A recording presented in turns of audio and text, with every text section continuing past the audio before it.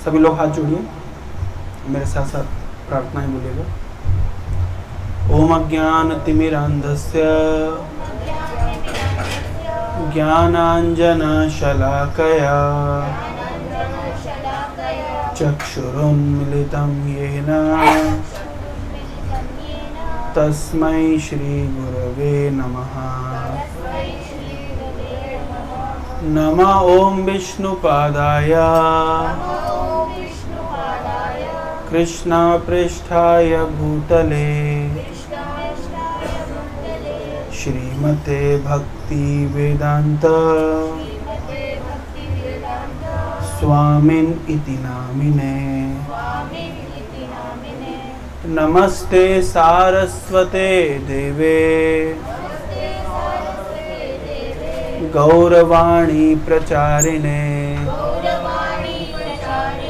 निर्विशेष शून्यवादी पाश्चात्य देशतारिणे। जय श्री कृष्ण चैतन्य प्रभु नित्यानंद श्री अद्वैत गदाधर श्रीवासादि गौर भक्त वृंद। हरे कृष्णा कृष्ण कृष्णा हरे हरे हरे राम राम राम हरे हरे। हरे कृष्णा। तो मुझे यहाँ पे आमंत्रित किया गया है आशीष पटनायक जी द्वारा। हम लोग इस्कॉन मंदिर में रहते हैं। आप में सभी आए होंगे इस्कॉन? कोई ऐसा जो इस्कॉन नहीं आया? सभी आए हैं। तो मैं आज संक्षिप्त में भगवद गीता की फिलॉसफी, भगवद गीता के दर्शन को आपको समझाने का प्रयास करूंगा। मैं 10-15 मिनट बोलूँगा मात्र, और उसके बाद आपसे सुनूंगा आपने क्या सीखा है। यहाँ बैठे हुए हर व्यक्ति से मैं पूछूंगा आपने क्या सीखा है। तो जो मैं बोलूँगा आपको ध्यान से सुनना पड़ेगा और बताना पड़ेगा आपने क्या सीखा है, नहीं तो हमारे आने का कोई लाभ नहीं है।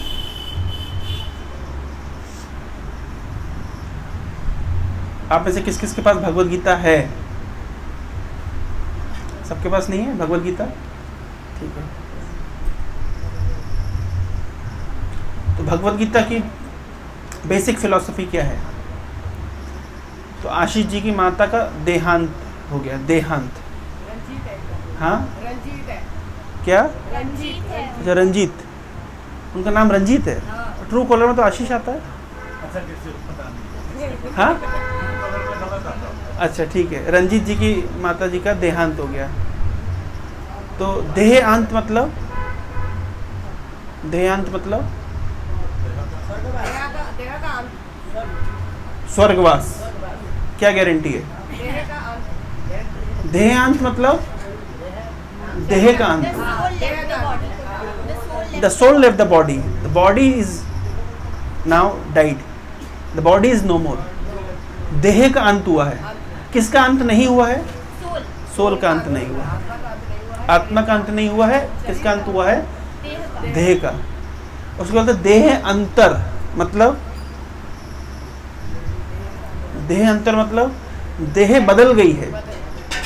आत्मा ने अब एक देह को छोड़ करके दूसरी देह धारण करी है।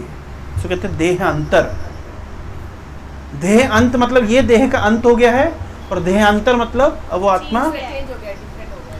तो भगवद गीता में भगवान बताते हैं, बसांस जीर्णानि यथा विहाया नवानि गृह्णाति नरो अपराणि तथा शरीराणि विहाय जनन्या अन्यानि संयाति नवानि देहि। और सरल सा श्लोक है, वसांसि जीर्णानि यथा विहाय। जैसे हम लोग पुराने कपड़े को छोड़ करके नया कपड़ा पहनते हैं, उसी प्रकार से आत्मा पुराने शरीर को त्याग करके नया शरीर धारण करती है। तो कहते हैं देह अंतर, यानी शरीरों में बदलाव होता है। तो अब आप देखिए ये कितना सिंपल कॉमन सेंस है। यद्यपि कॉमन सेंस है, लेकिन दुनिया में अधिकतर धर्म और धर्मज्ञों को इसके विषय में नहीं पता है। अगर हम सनातन धर्म के फिलॉसफी को छोड़ दें, आप इस्लाम में देखिए तो उनमें ये देहांतर का कॉन्सेप्ट नहीं है, वो एग्जिस्ट ही नहीं करता। लेकिन हम अपने कॉमन सेंस से समझ सकते हैं। जैसे जब किसी की मृत्यु होती है हम बोलते हैं वो चला गया, he passed away, he left the body. तो who passed away, who left the body? कौन चला गया? The soul passed away, the soul left the body. The body is still there, लेकिन शरीर वहीं पर है। तो वे चले गए, तो कौन चला गया? आत्मा चली गई। और कौन नहीं गया? बॉडी, शरीर वहीं पे पड़ा हुआ है। अब वही शरीर जो पहले सक्रिय था अब निष्क्रिय हो गया है। बोलता था अब नहीं बोल रहा है, सुनता था अब नहीं सुन रहा है, देखता था अब नहीं देख रहा है, भोजन करता था अब नहीं कर रहा है। इसका मतलब है कि शरीर कब तक ये विभिन्न प्रकार की क्रियाएं करता था? जब तक उसके अंदर आत्मा थी। और जब आत्मा चली गई तो शरीर निष्क्रिय हो गया, उसमें कोई क्रिया नहीं रह गई, क्रियाशील नहीं रह गया। जैसे मान लीजिए इस पंखे के अंदर क्रिया हो रही है। क्यों क्रिया हो रही है? क्योंकि उसमें करंट फ्लो कर रहा है। हमने करंट को नहीं देखा, we haven't seen the current. किसी ने देखा? इलेक्ट्रिसिटी को देखते हैं हम लोग, इलेक्ट्रॉन को देखते हैं? नहीं। तो कोई बोले मैं नहीं मानता क्योंकि मैंने देखा नहीं है, तो बुद्धिमत मतलब ये इट्स नॉट इंटेलिजेंट प्रपोजल, मतलब ये बुद्धिमान व्यक्ति का आर्ग्यूमेंट नहीं हो सकता। मैंने देखा नहीं है इसलिए नहीं मानता। क्यों? क्योंकि मैंने करंट को नहीं देखा है, लेकिन करंट से होने वाले इफेक्ट को देखा है। पंखा चल रहा है, लाइट चल रही है, इसका मतलब है उस वायर में कुछ फ्लो हो रहा है। मैंने करंट को नहीं देखा, हाथ लगा के देख लीजिए तो कुछ हो रहा है। तो क्या हो रहा है? शॉक लग रहा है। आपने इलेक्ट्रॉन को नहीं देखा, आपने करंट को नहीं देखा, लेकिन आपने उसके इफेक्ट को देखा है, समझा है, फील किया है। उसी प्रकार से हो सकता है हमने आत्मा को नहीं देखा क्योंकि आत्मा बहुत सूक्ष्म है, लेकिन आत्मा के इफेक्ट को हमने देखा है। क्या इफेक्ट है? कि वही शरीर जो पहले सक्रिय था वो निष्क्रिय हो गया है। किसकी उपस्थिति के कारण? पहले आत्मा थी इसलिए सक्रिय था, और अब आत्मा अनुपस्थित है तो अब वो शरीर निष्क्रिय हो गया। तो आत्मा को हमने नहीं देखा, लेकिन आत्मा जब शरीर में होती है और नहीं होती उसके अंतर को हमने समझा है। तो बुद्धिमान व्यक्ति केवल अपनी आंखों पे भरोसा नहीं करता, तो ये बहुत सारी चीजें हम आंखों से नहीं देख सकते। बहुत सारी चीजें हमारी आंखों के डायमेंशन से परे है। हमने सुना है कि आज से 1000 साल पहले महाराणा प्रताप थे। क्या प्रमाण है? हमने तो नहीं देखा। तो हमने नहीं देखा, केवल देखना या नहीं देखना किसी चीज को प्रमाणित नहीं करता। कभी कभी हम जो चीज देखते हैं वो नहीं होती है। हम रेगिस्तान में देखते हैं या गर्मी के दिनों में हम रोड पे देखते हैं पानी पड़ा है, दिखता है पर नहीं होता। तो केवल आंखों पे भरोसा करना बुद्धिमानी नहीं है। तो आत्मा को हम नहीं देखते, we haven't seen the soul but we have seen the effect. आत्मा की उपस्थिति से क्या होता है, आत्मा की अनुपस्थिति से क्या होता है। और भगवान बहुत सुंदर एनालॉजी भगवत गीता में देते हैं कि जैसे हम पुराना कपड़ा छोड़ के नया कपड़ा पहनते हैं, आत्मा पुराना शरीर छोड़ करके नया शरीर धारण करती है। ये हमारी सनातन धर्म की या वैदिक परंपरा की बेसिक फिलॉसफी है। और इस्लाम क्रिश्चियनिटी में फिलॉसफी है ही नहीं। रीइंकारनेशन, पुनर्जन्म, इसके विषय में उनको कुछ नहीं पता। उनका मानना है पुनर्जन्म नहीं होता, लेकिन उनकी फिलॉसफी कितनी इनकम्प्लीट है कि एक बार व्यक्ति मर गया तो उसके बाद फिर वो कभी जी। हम बोलते हैं रेस्ट इन पीस। आप लोगों ने सुना है RIP, rest in piece. Actually rest in piece एक बोगस फ्रेज है। कौन रेस्ट कर रहा है? भाई आपने शरीर को दफना दिया, हम बोलते हैं rest in peace. Who is resting? According to them body is resting. उनके अनुसार शरीर रेस्ट कर, लेकिन शरीर रेस्ट नहीं कर रहा है, क्योंकि जो रेस्ट करता जो व्यक्ति है वो तो जा चुका है।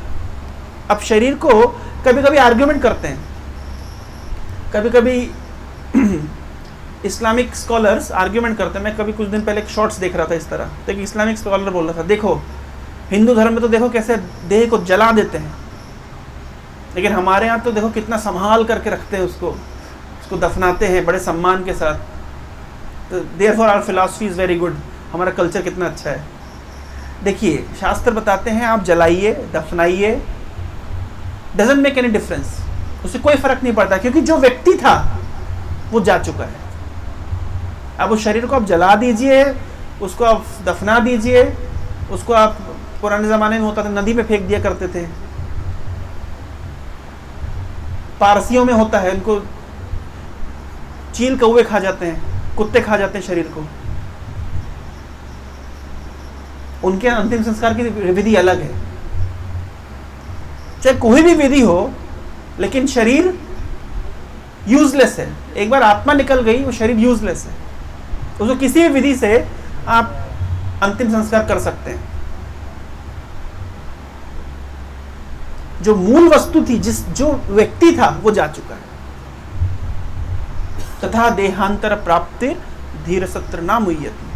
तथा देहांतर, इसी शरीर में हम देखते हैं कि छोटा बच्चा होता है, फिर बड़ा होता है, फिर बड़ा होता है। कौमारम यौवनम जरा, कौमार अवस्था होती है, यौवन अवस्था होती है, जरा अवस्था आती है, बुढ़ापा आता है। बच्चा होता है, बड़ा होता है, बूढ़ा होता है। तो कौन बच्चा है, कौन बड़ा है, कौन बूढ़ा है? आत्मा वही है, शरीरों में परिवर्तन हो रहा है। अगर मान लीजिए आपका नाम क्या है? खुशी। मान लीजिए खुशी से, आपकी एज कितनी है? 17। मान लीजिए मैं खुशी से आज मिल रहा हूं, आज से मैं 50 साल के बाद खुशी से मिलूंगा, तो मैं बोलूँ you are the same person I met 50 years back. लेकिन 50 सालों में शरीर में परिवर्तन हो चुका है।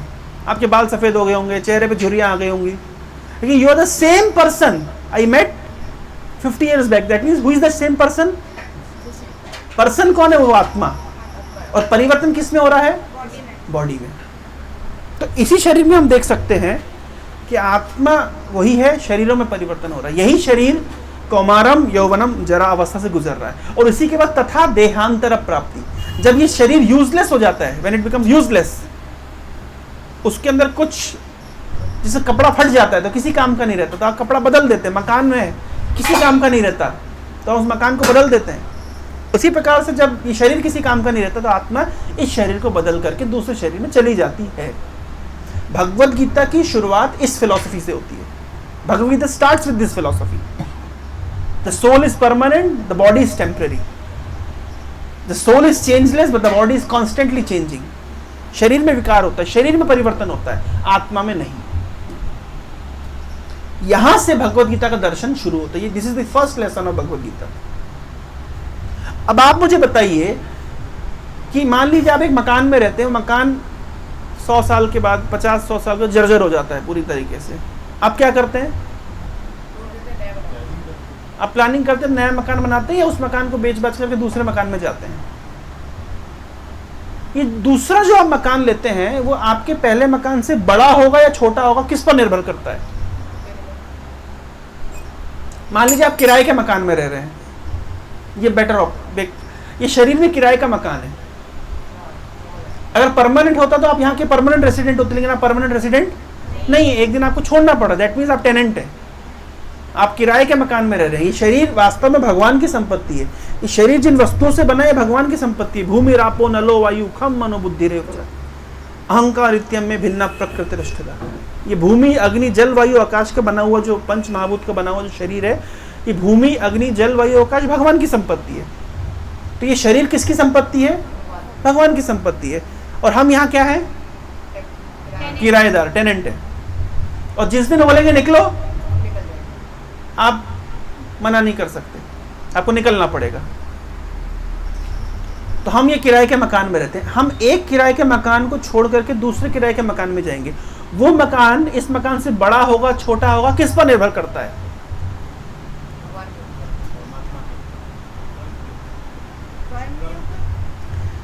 भाई जितना आप रेंट दे सकते हैं उसके ऊपर निर्भर करता है।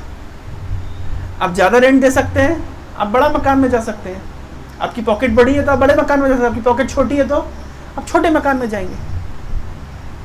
यानी आपको नेक्स्ट बॉडी इससे बेटर मिलेगी या इससे निम्न स्तर की मिलेगी, ये किस पर निर्भर करता है? आपके कर्म पर। आपने कितना बैंक बैलेंस अर्जित किया है, आपने कितने पुण्य अर्जित किए हैं, उस पर निर्भर करता है। ये आपका बैंक बैलेंस है। कितने पुण्य आपने अर्जित किए उस पर निर्भर करता है। अगर आप मान लीजिए कोई व्यक्ति धनी परिवार में जन्म लिया है, शिक्षित परिवार में जन्म लिया, उसको शिक्षा के अच्छे अवसर मिल रहे हैं, उसको शारीरिक रूप से सौंदर्य है, उसका यश है, कीर्ति है, इसका मतलब है उसने निश्चित रूप से पूर्व जन्म में कुछ पुण्य कर्म किए हैं जो उसके पास संचित है उसके अकाउंट में, और उसको अब उसको रिटर्न मिल रहा है।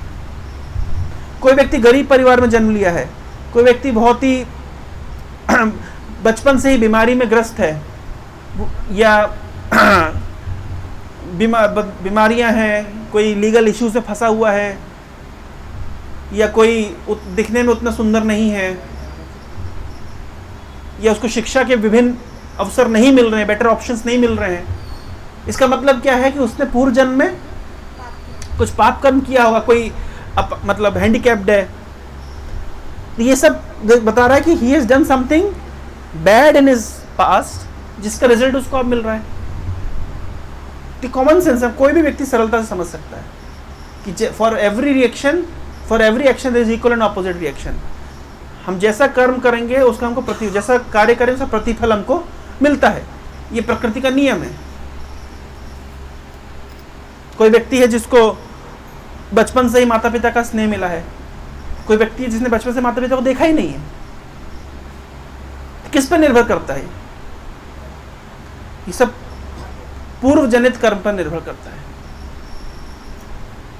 तो हमें नेक्स्ट बॉडी कैसा मिलेगा, नेक्स्ट एनवायरनमेंट कैसा मिलेगा, आगे हमको पढ़ाई के अच्छे अवसर मिलेंगे नहीं मिलेंगे, हमारी शारीरिक सौंदर्य होगा कि नहीं होगा, मनुष्य शरीर मिलेगा कि नहीं मिलेगा, और मनुष्य शरीर मिलेगा तो स्वस्थ मनुष्य शरीर मिलेगा कि नहीं मिलेगा, धनी परिवार में जन्म मिलेगा कि गरीब परिवार में जन्म मिलेगा। बताइए, अंबानी जी का पोता हुआ है अभी कुछ दिन पहले, क्या उसने किया होगा? हम लोग दिन रात परिश्रम करके उस स्थिति में नहीं पहुंच सकते जिस स्थिति में वो पैदा होते ही पहुंच गया। तो क्या किया उसने? उसने निश्चित रूप से कुछ पुण्य कर्म किया है। तो आप पुण्य पाप को नकार नहीं सकते, ये तो कॉमन सेंस है। For every action there is equal and opposite reaction, this is common sense. तो इसका मतलब है कि जो व्यक्ति इस संसार में जो भी भोग कर रहा है, जो भी उसको एंजॉयमेंट मिल रहा है, दैट मीन्स उसमें उसका पूर्व जनित उसने कर्मों को संचित किया है, जिसके बल पे उसको मिलता है। कोई व्यक्ति थोड़ा प्रयास करके अधिक सफलता लाभ करता है, कोई व्यक्ति घंटों घंटों परिश्रम करते, दिनों दिन, महीनों महीनों, सालों साल परिश्रम करके भी उस स्थिति को प्राप्त नहीं कर पाता। कोई बहुत उच्च उन्नत स्थिति में पहुंच करके भी उस सब कुछ गवा देता है। अगर हम कहते हैं कि परिश्रम करने से ही अगर सफलता मिलती है, तो एक जो कूली होता है, या जो ठेला गाड़ी खींचता है, या जो रिक्शा चलाता है, तो उतना परिश्रम तो हम नहीं करते। तो अगर वो तो इतना परिश्रम करते तो फिर वो अंबानी क्यों नहीं बन जाते? अगर परिश्रम ही फल देता है तो बहुत परिश्रम करते हैं ना। तो केवल परिश्रम से कुछ नहीं होता, परिश्रम जरूरी है, लेकिन साथ साथ पूर्व जनित कर्मों का संचय भी होता है। तो चलिए, अब पूर्व जनित कर्मों को तो बदल नहीं सकते, लेकिन कम से कम इस जन्म में अभी तो हम ऐसे कार्य कर सकते हैं जिससे हमारा नेक्स्ट लाइफ बेटर हो सके। नेक्स्ट लाइफ तो है, इसमें तो कोई संदेह नहीं है। भाई आत्मा अमर है, शरीरों में परिवर्तन होता है, ये शरीर छोड़ेंगे तो कहीं तो जाएंगे ना। ठीक है, भगवान के धाम में, वैकुंठ में नहीं जाएंगे, लेकिन अगर इस संसार में भी आएंगे तो फिर किस स्थिति में आना, ये तो हमारे हाथ में है। हाथ में इन द सेंस हम जैसा कर्म करेंगे उसके ऊपर निर्भर करता है। श्रीमद् भागवत में कहा गया है, नूनम प्रमत्ते कुरुते विकर्म जद इंद्रिय प्रीते आपृणोति न साधु मन असत आत्मनोयम असन अपि क्लेश आस्ते। नूनम निश्चित ही, प्रमत्ते व्यक्ति पागलपन में उतर आता है। नूनम प्रमत्ते कुरुते विकर्म, व्यक्ति पागल हो जाता है और उस पागलपन में विकर्म बुरे कार्य करता है। क्यों बुरे कार्य करता है? जब इंद्रिय प्रीति, अपने इंद्रियों की संतुष्टि के लिए। बुरे कर्म की कैटेगरी में है मांसाहार, बुरे कर्म की कैटेगरी में है नशा, बुरे कर्म की कैटेगरी में जुआ, बुरे कर्म की कैटेगरी में आता है अवैध संग। तो कोई व्यक्ति अपने इंद्रियों की तुष्टि के लिए, व्यक्ति मांसाहार क्यों करता है? अच्छा लगता है, टेस्ट अच्छा लगता है, जीवा की संतुष्टि के लिए। अपनी जीवा की संतुष्टि के लिए किसी पशु की हत्या करता है। बोले नहीं प्रभु हत्या नहीं करते, मार्केट से खरीद के लाते हैं, सेम बात है। मनु संहिता कहती है कि काटने वाला पकाने वाला, सर्व करने वाला, खाने वाला, सबको एक फल मिलता है। उसी तरीके से मान लीजिए आपने भगवान के चरणों में कोई फूल अर्पित किया, तो आपको जो फल मिलेगा फूल अर्पित करने का, फूल बेचने वाले को वही फल मिलेगा, फूल उगाने वाले को वही फल मिलेगा। उस खेत में जो बैल चला था, उस बैल को भी वो फल मिलेगा, फूल भगवान को फूल अर्पित करने। उसी प्रकार से आपने मांसाहार किया तो जिसने पकाया उसको भी फल मिलेगा, जिसने सर्व किया उसको भी फल मिलेगा, जो ट्रांसपोर्ट करके लाया उसको फल मिलेगा, जिसने काटा उसको फल मिलेगा, सेम बराबर। तो व्यक्ति पाप कर्म क्यों करता है? यद इंद्रिय प्रीति, इंद्रियों की संतुष्टि के लिए। वो ये नहीं देख पाता है कि मैं इंद्रियों की तुष्टि के लिए पाप कर्म कर रहा हूं, लेकिन मैं इस प्रकार से अपना फ्यूचर डिस्ट्रॉय कर रहा हूं। मतलब I will get a body, ऐसा मुझे शरीर मिलेगा जो मुझे आगे चल कष्ट देगा। विद इन दिस बॉडी उसको कष्ट मिल सकता है। कभी हम देखते हैं अचानक से एक्सीडेंट हो जाता है किसी का, अचानक से स्ट्रोक आ जाता है और यंग एज में हो जाता है। पूर्व जनित कर्म, या जैसे कि मैंने बताया बचपन से कोई व्यक्ति हैंडीकैप्ड होता है, कोई बचपन से ही। मैं एक बार एक ट्रेन में ट्रेवल कर रहा था तो मैंने एक भिखारी को देखा, वो अंधा था। अंधा आंख हो और अंधा ऐसा नहीं, उसके बाद आंख का सॉकेट ही नहीं था। कैसा उसने जन्म लिया? वो है ही नहीं, ये है ही नहीं, ऐसा पूरा स्किन था केवल, यहां पे सॉकेट ही नहीं है। तो ऐसा कौन सा पाप कर्म किया होगा कि जिसका फल स्वरूप उसको ऐसा शरीर प्राप्त हुआ? तो ऑफ कोर्स मैं आपको डराने के लिए सब नहीं बता रहा हूं, मैं केवल एक कॉन्सेप्ट समझा रहा हूं कि हमारे पाप कर्मों का फल हमें मिलता है, या तो इस शरीर में मिलता है, या तो अगले शरीर में मिलता है, या तो for every action is equal and opposite reaction, वो मिलता है। इसलिए एटलीस्ट हम भक्ति नहीं कर सकते, कोई बात नहीं, हमें पाप कर्मों से मुक्त होने का प्रयास करना चाहिए। तो व्यक्ति पाप कर्म क्यों करता है? यद इंद्रिय प्रीत्या प्रणोति, व्यक्ति विकर्म करता है, पाप कर्म करता है अपने इंद्रियों के सुख के लिए, और कोई कारण नहीं है। उसको मजा लगता है, अच्छा लगता है। मांसाहार क्यों करता है? अच्छा लगता है। शराब क्यों पीता है? अच्छा लगता है, इंद्रियों को सुख मिलता है, इसलिए पाप कर्म करता है। तो अब मैं बोल रहा हूं कि पाप कर्म मत करिए। क्यों मत करिए? क्योंकि पाप कर्म करने से इसका जो रिजल्ट मिलेगा वो बहुत ही डेंजरस होगा। तो आप बोलेंगे अगर फिर हम इंद्रियों की तुष्टि के लिए हम ये कार्य करते हैं, तो अगर अब ये कार्य नहीं करेंगे तो इंद्रियों को तुष्टि कैसे देंगे? भाई इंद्रियों को तो सुख चाहिए ना कुछ। भाई जीवा की तो कुछ लालसा है, हमारे इंद्रियों की तो कुछ लालसा है, तो इसका अल्टरनेट क्या है? तो अल्टरनेट भी है।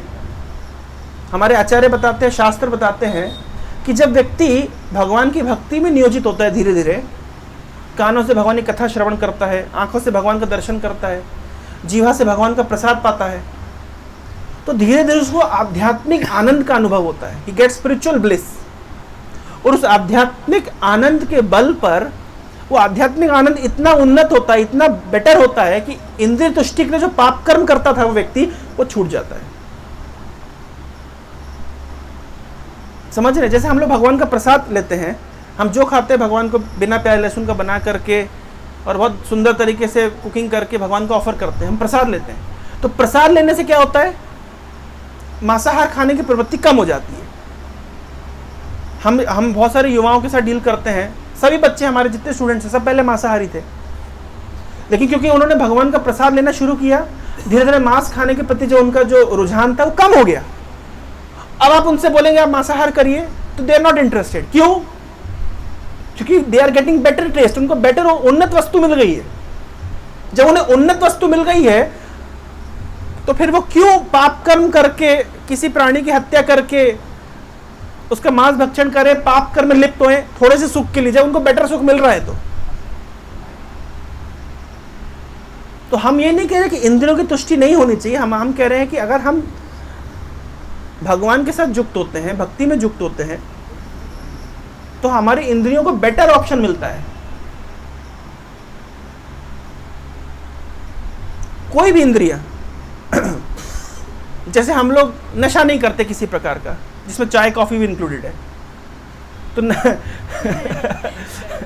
चाय कॉफी भी, अब चाय छोड़ना बहुत कठिन होता है, मैं जानता हूं, लेकिन धीरे धीरे आप जब भक्ति करते हैं, भगवान का नाम जब शुरू करते हैं, भक्तों का संग करते हैं, आपको उसमें इतना रस मिलने लगता है कि चाय कॉफी का रस धीरे धीरे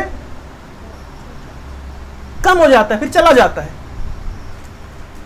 तो हम हाँ, उसमें निकोटीन है, कैफीन है, नशा है, वो भी क्या प्रमाण है कि नशा है?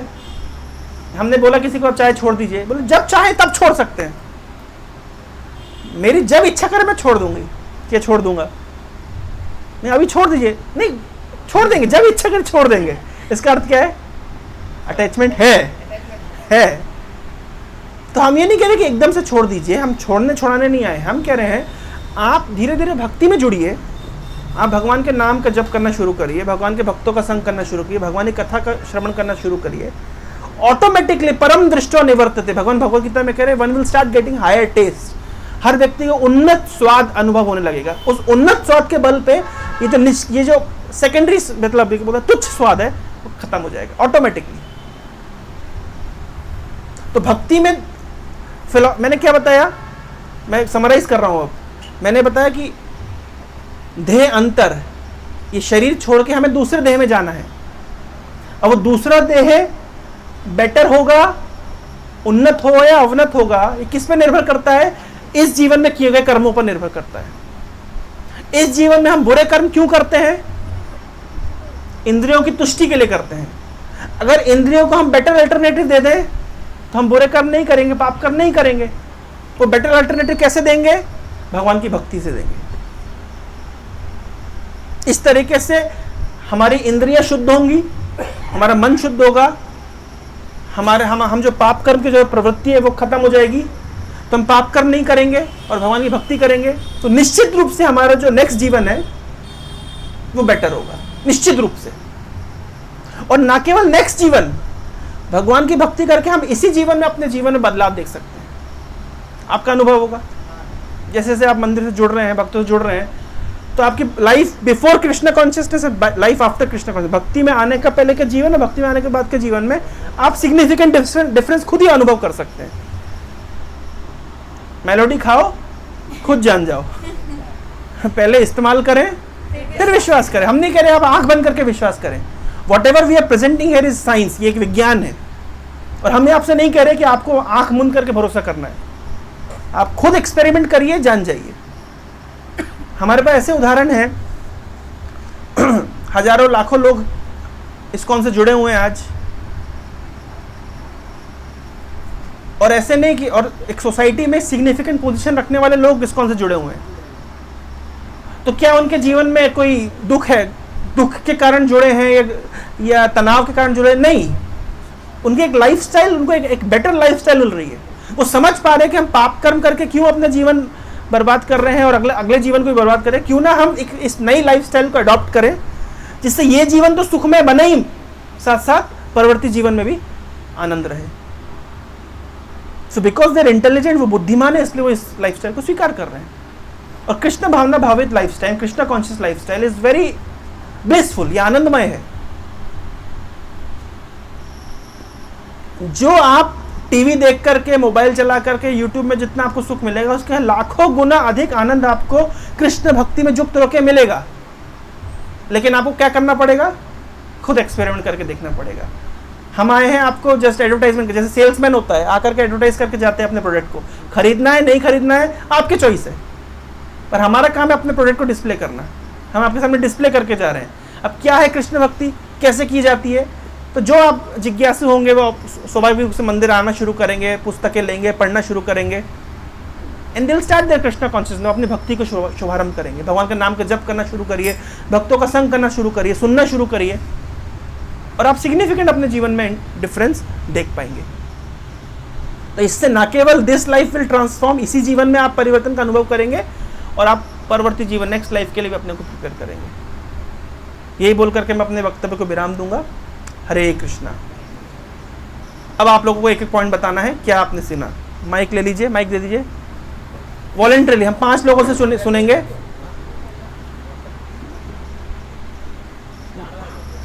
बस ऐसे दे दीजिए। हाँ, कौन कौन बोलना चाहेगा? एक पॉइंट आप बताइए। यस। मैं पहले आपसे पूछूंगा आप क्या सीखे, फिर आपसे सवाल लूंगा जी। हाँ बताइए। देह अंत का मतलब होता है जब हम सोल बॉडी को छोड़ देता है, that is the first point. And the second point which you describe is कि अगर हमको अच्छा शरीर चाहिए नेक्स्ट जन्म में, तो हमको इस जन्म में अच्छे कार्य करने पड़ेंगे। और अगर इस जन्म में हमको कोई मिसहैपन हो, मतलब समथिंग हैपन टू अस और कुछ बुरा हो रहा है, तो वो पिछले जन्म का कर्म है। So to get something good in the next lifetime we have to do something in this lifetime. Yes, next someone else. और कौन बताएगा? आप में से कोई, आप बताइए। कुछ नहीं सीखे आप? बस यही सीखा है कि अच्छे कर्म करो तो अच्छा अगले जन्म पे अच्छा। मैंने केवल अच्छे कर्म करने के लिए नहीं बोला है, कृष्ण भक्ति। मैंने साथ साथ बोला है तीसरे मैंने बोला पाप कर्म छोड़ना भी हाँ, पड़ेगा। पाप कर्म छोड़ो। अच्छे कर्म करना तो बहुत इजी होता है, हाँ, पाप करना छोड़ो। पाप करना छोड़ना डिफिकल्ट होता है। हाँ, हाँ, ठीक है, कौन कौन से पाप कर्म गिनाए मैंने? किसी भी कष्ट को- हाँ, मांसाहारी, मांसाहार और शराब नशा, और अवैध संबंध, अवैध संबंध और जुआ। जुआ। 4 मैंने आपको पाप कर्म बताए। ठीक है, और आप बताइए।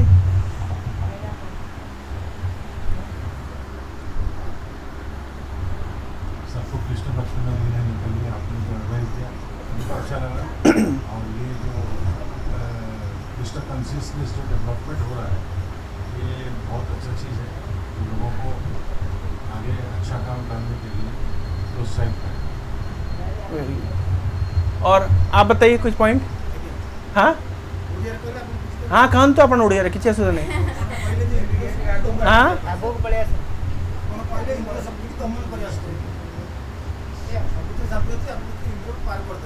आइरा बड़े बड़े। प्रभु केमती देखी पारिबा।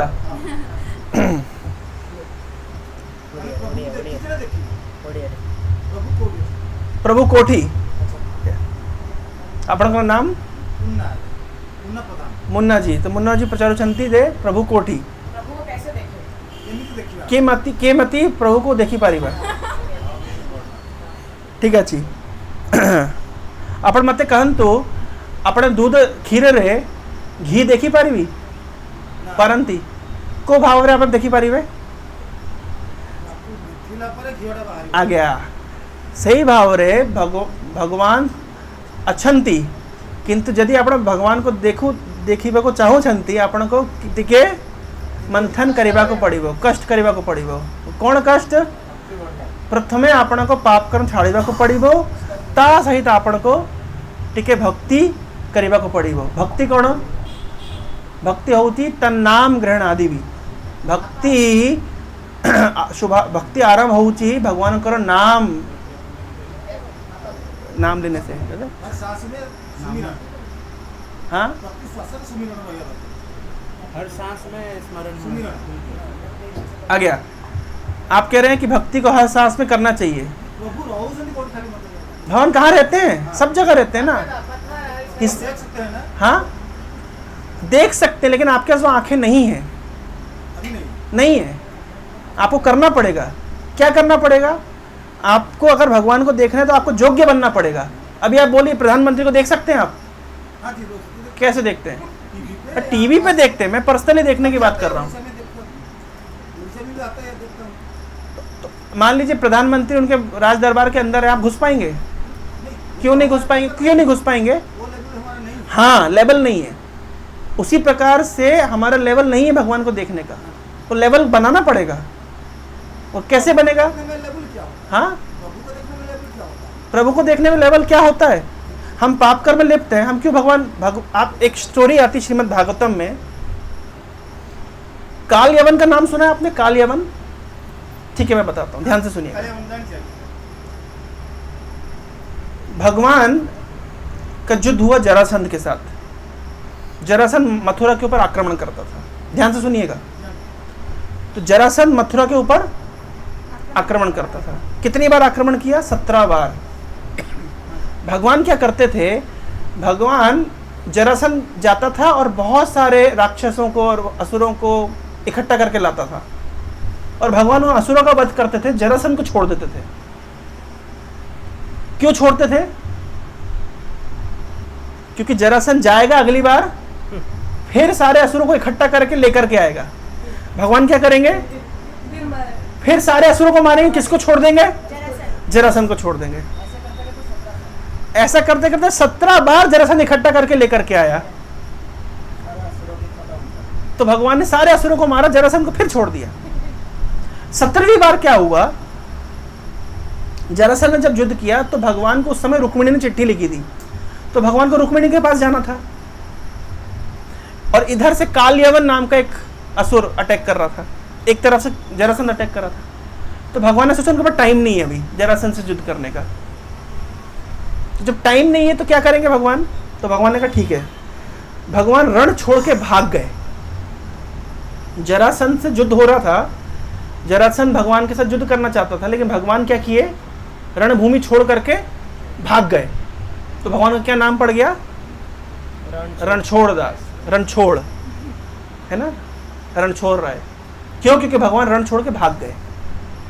अब भगवान भाग तो गए, अब भगवान आगे आगे जा रहे हैं, कालयवन पीछे पीछे जा रहा है, और भगवान चल के जा रहे हैं और कालयवन दौड़ रहा है।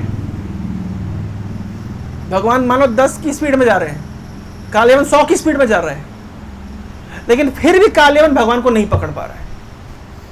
ये लिखा गया श्रीमद् भागवत में। भगवान चल के जा रहे हैं, कालयवन को लगता है अभी पकड़ लूंगा, अभी पकड़ लूंगा, लेकिन पकड़ नहीं पा रहा। सुखदेव गोस्वामी वहां पे लिखते हैं, कहते हैं परीक्षित को, जानते हो परीक्षित क्यों कालयवन पकड़ नहीं पा रहा है? भगवान तो चल के जा रहे हैं और कालयवन दौड़ के जा रहा है, क्यों नहीं पकड़ पा रहा? क्योंकि पाप कर्म किया है, पापी है। तो पापी व्यक्ति भगवान को पकड़ नहीं पाता। अच्छा, उधर पे देखिए, माता यशोदा ने भगवान को पकड़ लिया, माता यशोदा ने भगवान को पकड़ लिया, लेकिन कालयवन भगवान को नहीं पकड़ पाया। माता यशोदा ने भगवान को बांध दिया, लेकिन दुर्योधन भगवान को बांध नहीं पाया। तो जो भगवान से प्रेम करता है वो भगवान को पकड़ पाता है, और जो पाप कर्म में लिप्त है वो दौड़ के भी जाए तो भगवान को नहीं पकड़ पाता। तो क्या शिक्षा मिलती है यहां से? भगवान को पकड़ने के लिए भगवान से प्रेम बढ़ाना होगा, और पाप कर्म को कम करते करते जीरो करना पड़ेगा। ये शाम त्वंत गतम पापम जनानाम पुण्य कर्माण ते द्वंद्व मोह निर्मुक्त भजन्ते माम दृढ़व्रता। पाप कर्म छोड़ना पड़ेगा। तो हमारी फिलॉसफी में दोनों चीजें हैं। उड़ीसा में बहुत लोग नाम संकीर्तन करते हैं, सब बोलते नाम करो, पर ये नहीं बोलते गुटखा तंबाकू छोड़ दो। हमारी फिलॉसफी दोनों चीज बोलती है, आपको भक्ति पे आगे बढ़ना पड़ेगा, साथ साथ पाप कर्म छोड़ना पड़ेगा। दोनों चीज चलेगी। आप बोलेंगे हम पाप कर्म भी नहीं छोड़ेंगे, हम जगन्नाथ जी के दर्शन भी चाहते हैं और मछली भी चाहते हैं, चिकन भी चाहते हैं, मटन भी चाहते हैं, नहीं चलेगा। ये ड्वेल बात नहीं चलेगी। आप अगर किसी प्राणी पे दया नहीं कर सकते तो क्यों जगन्नाथ जी आप पे दया करेंगे? सोचिए, वो तो प्रभु हैं, वो करेंगे नहीं। आप प्रभु की छोटी संतान, मान लीजिए आपके पिताजी के 5 बच्चे हैं, बड़ा बच्चा छोटे बच्चे को मार के खा जाएगा, पिताजी बहुत खुश होंगे? हाँ, नहीं। तो हम भगवान से चीटिंग नहीं कर सकते। तो भगवान हमको तब तक अपने आप को रिवील नहीं करेंगे जब तक हम पाप कर्म नहीं छोड़ेंगे। और मैं आपको सरल उपाय बता रहा हूं, पाप कर्म छोड़ना कठिन नहीं है। पाप कर्म हम करते हैं इंद्रिय तुष्टि के लिए, तो इंद्रिय तुष्टि के बेटर ऑप्शंस हैं। इंद्रिय तृप्ति करने के, इंद्रियों को सुख देने के बेटर ऑप्शंस हैं। उन बेटर ऑप्शंस को एक्सप्लोर करना पड़ेगा। जब वो मिल जाएगा तो पाप कर्म छोड़ना कोई कठिन काम नहीं है। हम सब ऐसे बैकग्राउंड से आए हैं जो हम सब पूर्व जीवन में पाप कर्म कर रहे थे। मैं एक पंजाबी फैमिली से हूं, तो पंजाबी मतलब जब तक चिकन मटन नहीं खाएंगे, बिल्कुल मसाला मार करके, और जब तक हमारे यहाँ तो क्या होता है, बाप के साथ बैठ, पिताजी के साथ बैठ के बोतलें खुलती है। तो वो कल्चर छोड़ करके हम भक्त बन गए, हमारे माता पिता भी भक्त बन गए। कैसे? क्योंकि हायर टेस्ट परम दृष्टवा निवर्तते। तो हमारी फिलॉसफी बहुत सरल है, कि हमें पाप कर्म छोड़ने के लिए बहुत फोर्स नहीं करना है आपको, आप भक्ति करना शुरू करिए। भगवान भक्ति शुरुआत होती है भगवान की कथा सुनने से, भगवान का नाम जप करने से, भगवान के भक्तों का संग करने से। आप मंदिर आना शुरू करिए, नियमित कक्षाओं में आना शुरू करिए, आप धीरे धीरे भक्ति में जुड़े, आपको इतना आनंद लगेगा कि पाप कर्म आप करके आपको जो सुख मिलता है वो तुच्छ लगने लगेगा। तो यहां से पाप कर्म का निवारण हो गया, वहां से भक्ति बढ़ गई, तो क्या होगा? तब आपको भगवत अनुभूति होगी। ठीक है, I hope I have answered your question. और किसी के मन में कोई जिज्ञासा, कोई प्रश्न? ठीक है, यहीं तक पे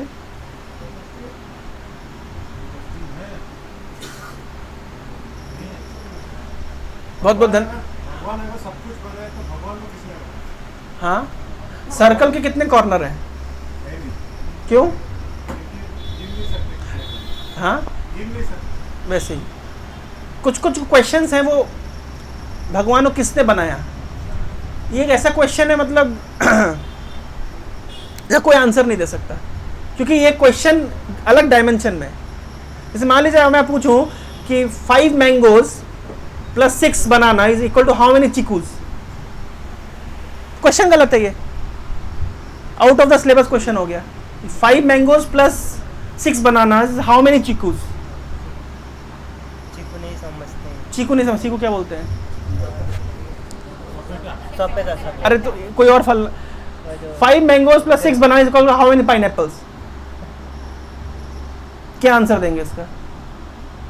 तो उसी प्रकार से भगवान को किसने बनाया, ये प्रश्न समझ रहे, प्रश्न ऑथेंटिक प्रश्न नहीं हुआ। पर भगवान क्या है समझ लीजिए, आपके पिता हैं, उनके पिता हैं, उनके पिता हैं, उनके पिता हैं, उनके पिता हैं, उनके पिता हैं, उनके पिता हैं, लास्ट में जहां जाके पहुंचेंगे वे कौन है? भगवान। अनादिर आदिर भगवान की डेफिनेशन है। एक होता है एक्सियोमेटिक ट्रुथ, नाम सुना आपने? Axiomatic truth, truth that can not be proved. सत्य है लेकिन आप उसको प्रमाण नहीं दे सकते। 1 के बाद 2 आता है, क्या प्रमाण है? 2 के बाद 3 आता है, क्या प्रमाण है? प्रमाण दीजिए। तो ये प्रमाण नहीं दे सकते, क्योंकि इसको कहते हैं एक्सियोमेटिक ट्रुथ। ये सत्य है लेकिन इसका कोई प्रमाण नहीं है, क्या प्रमाण देंगे? ये बेस है, यहां से सारे सत्य उठते हैं। भाई 1 2 3 4 है, ABCD है, इससे आगे चीजें बढ़ती है, ये बेस है, इसको आपको मानना पड़ेगा। कभी टीचर ने आपको, बच्चों ने पढ़ाया होगा कि 1 फिर 2 फिर 3, मैडम 2 के बाद 3 क्यों आता है, 4 क्यों नहीं आता? हमने कभी नहीं पूछा टीचर से ऐसा, क्यों नहीं पूछा? क्योंकि हम मानते हैं टीचर की ये बात सत्य है। सत्य क्यों है? क्योंकि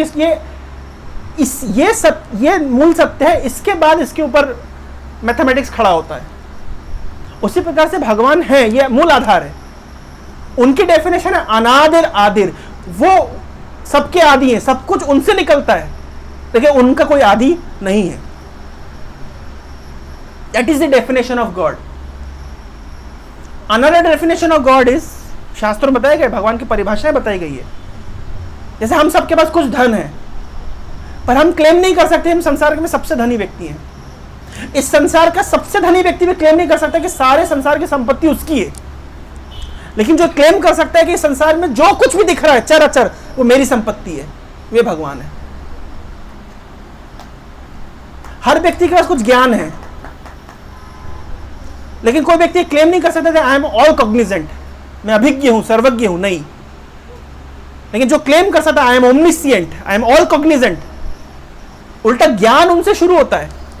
ही is the source of all knowledge. हम लोग कॉन्वेंट स्कूल में बोलते थे God you are the source of all knowledge.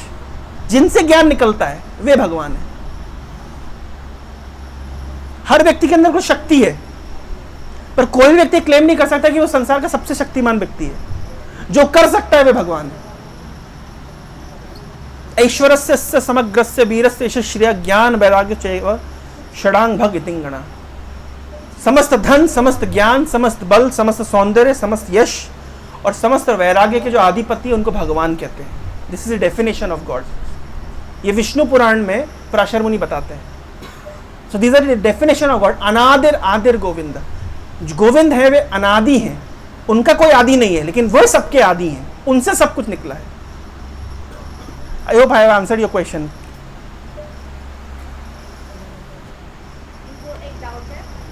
आदि मानव जब थे तब भगवान थे कि नहीं, ये मेरा डाउट नहीं है इनका। ओके, आदि मानव, गुड पॉइंट। देखिए प्रभुपाद जी कहते हैं चार्ल्स डार्विन के पूर्वज बंदर होंगे, हमारे नहीं। ये जो अभी भी अब आप लोग के जानकारी के बता दिया जाए, भारत सरकार ने जो डार्विन थ्योरी है अपने सिलेबस से हटा दी है, अभी एनसीईआरटी सिलेबस से हटा दी है, क्योंकि डार्विन थ्योरी एक बोगस थ्योरी है। कुछ थ्योरी देखिए, जैसे बिग बैंग थ्योरी, एक बड़ा धमाका हुआ, उससे सृष्टि हुई। अभी क्या कुकिंग हो रहा है? वड़ा बन रहा है, साथ में आलूदम, वड़ा और आलूदम बन रहा है। तो वड़ा आलूदम कैसे बन रहा है? आपने इंग्रेडिएंट्स दिए हैं, उड़द दाल है, आलू है, टमाटर है, मसाले हैं, तेल है, कोई व्यक्ति लगा हुआ है, गैस चूल्हा है, ऑप्टिमम टेम्परेचर पे वो बना रहा है। अब मान लीजिए सारे इंग्रेडिएंट रखे हुए हैं और एक अचानक से एक्सप्लोजन हो, सिलेंडर फट जाए और आलूदम निकल के बाहर आए और वड़ा निकल के बाहर आए। Is it scientific? Which one is more scientific? दोनों थ्योरी में साइंटिफिक क्या है? कॉमन सेंस तो सोचिए, धमाका होने से आलूदम और वड़ा बन गया, ये कोई व्यक्ति बना रहा है। ज्यादा साइंटिफिक थ्योरी क्या है? जो बना रहा है। लेकिन साइंस कहता है कि अचानक एक बहुत बड़ा धमाका हुआ था और उससे सृष्टि हो गई। Common sense. तो जो विज्ञान के नाम पे पढ़ाया जा रहा है वो जैसे कार्टून नेटवर्क के में आते हैं ना, जो कार्टून लगता है, कार्टून फिलॉसफी है, इट्स बोगस फिलॉसफी। अचानक से जीवन की रचना हो गई। हिरण जो था वो, उसको घास पास में नहीं मिलती थी तो वो गर्दन ऊंची करे खाने लगा तो जिराफ बन गया। डार्विन की थ्योरी है। आप में से कोई है बायोलॉजी बैकग्राउंड से? कोई भी नहीं है बायोलॉजी बैकग्राउंड से? कि बायोलॉजी पढ़ाया जाता है, कितनी बोगस थ्योरी है ना। तो उसी तरह बायोलॉजी पढ़ाया जाता है, पहले हम बंदर थे अब हम मनुष्य बन गए। तो अगर बंदर मनुष्य बन गए तो बंदर क्यों बचे भाई? सारे क्यों नहीं मनुष्य बन गए? सोचने वाली बात है। कुछ बंदर एडप्ट कर गए, कुछ बंदर एडप्ट नहीं कर पाए। Bogus philosophy. हमारे पूर्वज मनुष्य के पूर्वज मनु हैं, ब्रह्मा जी से आए हैं, ब्रह्मा जी भगवान से आए हैं। We have the lineage. हम क्यों इनकी बोगस फिलॉसफी मानेंगे क्योंकि मनुष्य बंदर से आए हैं? तो इसलिए जो आदि मानव और बंदर और ये सब वैदिक साहित्य इन सबको नहीं मानता है। वैदिक साइंस के अनुसार तो 5000 साल पहले मनुष्य आए। हमारी फिलॉसफी बोलती है कि हजारों सालों से, लाखों सालों से मनुष्य हैं। और आप ये सोचिए, लोग कह रहे हैं कि मनुष्य इवॉल्व हुए, मैं कह रहा हूं मनुष्य डिजॉल्व हो, मतलब उनका इवोल्यूशन नहीं हो रहा, डिवोल्यूशन हो रहा है। पहले के लोग ज्यादा हट्टे कट्टे थे, आज के लोग? पहले के लोग ज्यादा बुद्धिमान थे, आज के लोग? पहले के लोग आंख बंद करते थे, कैलकुलेटर, बिना कैलकुलेटर के बड़ा बड़ा हिसाब कर लेते थे। आज के लोग उतनी स्पीड में कैलकुलेटर नहीं चला सकते। पहले का आईआईटी का पेपर कैसा होता था, आज का कैसा होता है? आजकल होता है ऑप्शनल, क्या बोलते हैं उसको, एमसीक्यू। पहले होता था थियोरेटिकल। तो आप खुद सोचिए ना, व्यक्ति की बुद्धिमत्ता में कमजोरी आ रही है कि नहीं आ रही है? व्यक्ति के ज्ञान में कमजोरी आ रही है, बुद्धिमत्ता में कमजोरी आ रही है, शारीरिक स्ट्रेंथ में कमजोरी। तो व्यक्ति आगे जा रहा है कि पीछे जा रहा है? पीछे जा रहा है। तो इवोल्यूशन हो रहा है, डिवोल्यूशन हो रहा है। तो विज्ञान कहता है कि हम इवॉल्व हो रहे हैं, वेद कहता है हम डिवॉल्व हो रहे हैं। आप प्रैक्टिकली देख लीजिए, पहले जमाने की आप सीढ़ियां देखिए किलों की, बड़ी बड़ी होती थी। अब जाइए कभी दक्षिण भारत के किलों में जाइए, महाराष्ट्र के किलों में जाइए, दिल्ली के किलों में जाइए, बड़ी बड़े सीढ़ियां होती थी। तो कितने बड़े बड़े उनके शरीर होते होंगे, कितने बड़े बड़े उनकी तलवारें थी। महाराणा प्रताप की तलवारें कितनी बड़ी थी, कवच कितना बड़ा था। तो उनका शरीर और आज के शरीर में अंतर है कि नहीं है? हमारे दादाजी लोग के जमाने के शरीर देख लीजिए। तो मनुष्य आगे जा रहा है कि पीछे जा रहा है? पीछे जा रहा है। तो इवोल्यूशन कहां से हो रहा है? तो डिवोल्यूशन हो रहा है। तो ये फिलॉसफी गलत है।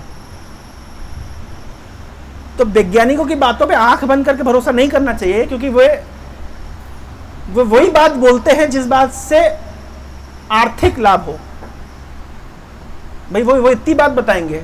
कोई फार्मास्यूटिकल इंडस्ट्री है तो वो उतनी बात बताएगी जिससे उस इंडस्ट्री का लाभ हो।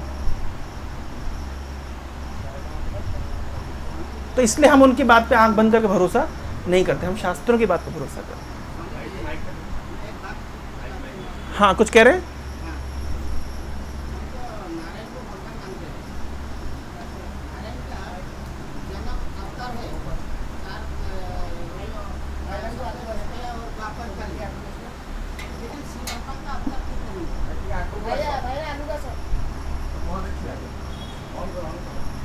हेलो। नारायण का अवतार होता है सत्य, त्रेता और द्वापर कली में, लेकिन शिव जी का क्यों अवतार नहीं? शिव जी का अवतार होता है ना, किसने का नहीं होता? नहीं, आप शास्त्रों में पढ़ी शिव जी के अवतारों के वर्णन है, शिव जी के अनंत अवतारों का वर्णन है। अनंत अवतार है, लेकिन तो एक तो एकादशी अवतार है ना, एकादश रुद्र जो बोलता है ना, वो तो एक है ना। लेकिन नारायण का तो अवतार है, राम अवतार, परशुराम अवतार। एकादश मतलब क्या होता है? एकादश मतलब तो एकादश, एकादश मतलब 11 ना, तो रुद्र के 11 अवतार है ना। हाँ फिर नहीं 11 अवतार है, लेकिन शिव जी का जैसा शिव जी पूरे रहते हैं, लेकिन वो तो राम, परशुराम, बलराम, ऐसे ऐसे जो अवतार होता है। शिव जी को लीला करने की क्या जरूरत है? लीला भगवान करते हैं, है ना। शिव जी उनकी लीलाओं का आनंद लेते हैं। तो वो भी भगवान है ना, शिव जी भगवान है, नारायण भी भगवान है, भगवान नहीं है शिव। अच्छा आप मुझे बताइए, ऑडियंस बदलती है या फिल्में जो मान लीजिए आमिर खान है, आप वही व्यक्ति है। आमिर खान की 4 मूवीज का नाम बताइए। गुलाम में आपने आमिर खान को देखा, और पीके में आपने आमिर खान को देखा, कयामत से कयामत तक आपने आमिर खान को देखा, रंगीला में आपने आमिर खान को देखा। नहीं मैं वही देखा कि नहीं? आप वही हैं, लेकिन आमिर खान रोल बदल बदल के आ रहा है ना। सही बोल रहा हूँ? हाँ, सही बोल उसी रहा प्रकार से दर्शक वही है, लेकिन जो एक्टिंग कर रहा है वो एक्टिंग बदल बदल के आ रहा है। तो शिव जी दर्शक है, इसलिए वो सेम है, और नारायण विभिन्न लीला कर रहे हैं, तो विभिन्न अवतारों में आ रहे हैं। लेकिन फिर बोलते हैं ना, भागवत में बोलता है कि हर ही एक आत्मा है, दोनों आपने भागवत नहीं पढ़ी है। हर एक आत्मा है, हर एक आत्मा है। ये अलग टॉपिक में चले जाएंगे आप। हरे कृष्णा, बहुत बहुत धन्यवाद। हरे कृष्णा। श्रील प्रभुपाद की जय।